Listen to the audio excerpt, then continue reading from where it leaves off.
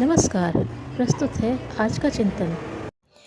मनोकामनाएं पूरी होने से प्रसन्नता होती है या प्रसन्न रहने से मनोकामनाओं की पूर्ति होती है? इस प्रश्न का उत्तर यह है कि वस्तुओं या साधनों की उपलब्धि पर मन की प्रसन्नता निर्भर नहीं है। बहुमूल्य वस्तुओं के विक्रेता या उत्पादक अपने गोदामों में कितना माल भरे रहते हैं, उन्हें हाथों से इधर उधर उठाते धरते हैं, तो भी न संतोष होता है और न उपलब्धि।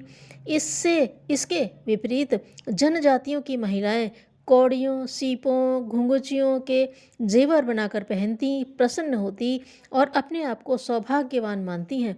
बैंक के खजांची के पास लाखों रुपए के नोट होते हैं। जौहरी का नौकर जेवरों को झाड़ बुहार कर सुसज्जित रूप से रखता है, तो भी उसके मन पर उस संपदा की छाप नहीं होती। इसके विपरीत छोटे बच्चे गुब्बारे, सीटी, झुनझुने जैसी कम मूल्य की वस्तुओं का उपहार पाकर प्रसन्नता से फूले नहीं समाते और जिस तिस को अपनी प्रसन्नता भरा सामान दिखाते फिरते हैं। मन जो चाहता है उसमें कोई स्थिरता नहीं होती। लड़का मैट्रिक पास प्रथम श्रेणी में होना चाहता था, सो हो भी गया। एक दिन खुशी भी छाई रही, पर दूसरे दिन से चिंता आरंभ हो गई कि कॉलेज की कक्षा में भी प्रथम श्रेणी आनी चाहिए। यह इच्छा, उत्कंठा दिन दिन तीव्र होती गई। जैसे जैसे परीक्षा निकट आने लगी, वैसे वैसे चिंता एवं उत्कंठा भी बढ़ती गई। सफलता में कोई संदेह होने लगा तो मन का असमंजस और बढ़ता गया। व्यापार में इच्छित लाभ हो गया, इसकी खुशी समाप्त नहीं हो पाई कि अगले कदम से लाभ की उत्कंठा बढ़ने लगी और उसका सरंजाम जुटाने की लगन लगी। इस प्रकार जब तक कोई वस्तु उपलब्ध नहीं है, तब तक उसकी उत्सुकता, उत्कंठा और लगन लगी रहती है। मिलने पर जो प्रसन्नता होती है वह क्षण भर रहती है और अगली उससे भी बड़ी सफलता पाने की योजना बनने लगती है।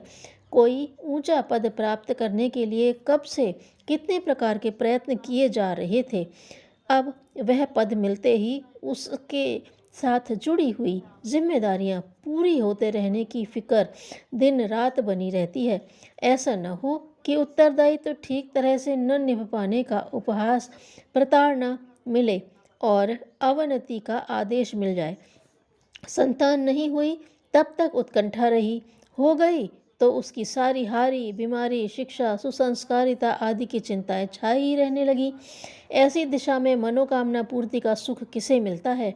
मिलता है तो कितनी देर ठहरता है, फिर वह बच्चा बड़े होने पर अवगुणी निकले तो निंदा का पात्र बनना पड़ता है और हर घड़ी जी जलता रहता है।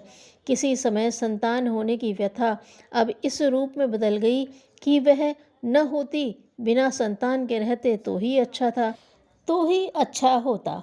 वस्तुओं के ऊपर टिकी हुई कामनाएं आदि और अंत में दुखदायी परिणाम ही साथ लिए फिरती हैं। प्रसन्नता की एक झलक तो बीच में बिजली की तरह कौंधती है और क्षण भर में काले बादलों की घटा में तिरोहित हो जाती है।